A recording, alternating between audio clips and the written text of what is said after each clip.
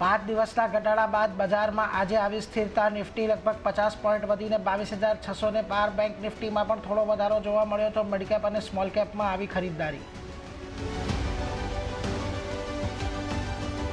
Auto, NBFC અને telecom શેરમાં ખરીદી. નિફ્ટી ઓટો ઇન્ડેક્સ લગભગ 1% આસપાસ વધ્યો. એમએનએમ, અશોક લેલન્ડ અને ટીવીએસ મોટરમાં 1 થી 2.5% વધારો. બજાજ ફિન્સર્વ અને બજાજ ફાઇનાન્સમાં પણ 1 થી 2% વધારો. યુકેથી આવનાર સ્કોચ વિસ્કી પર ઘટી શકે છે ઇમ્પોર્ટ ડ્યુટી. સરકાર બેઝિક કસ્ટમ ડ્યુટી 100%થી ઘટાડી 50% કરી શકે.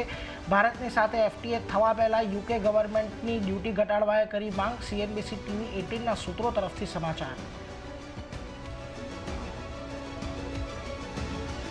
બર્નસ્ટેઇનના તેજીના રિપોર્ટ પછી ઝોમેટોનો શેર 2%થી વધુ વધ્યો. સ્ટોક પર હાલના ભાવ કરતાં લગભગ 40% વધુ લક્ષ્યાંક આપ્યો. કહ્યું ક્વિક કોમર્સ સ્પર્ધા પછી પણ ઝોમેટોની લીડરશિપ રહેશે કાયમ. કંપનીને ટિયર 2 ગ્રોથનો પણ ફાયદો થશે. સિલેક્ટિવ સરકારી બેંકો અને નાણાકીય સંસ્થાઓમાં હિસ્સો વેચવા માટે સરકાર આગળ વધી. દીપમે લીડ મેનેજર્સ, બ્રોકર્સ અને મર્ચન્ટ બેન્કર્સ માટે મંગાવી બોલીઓ.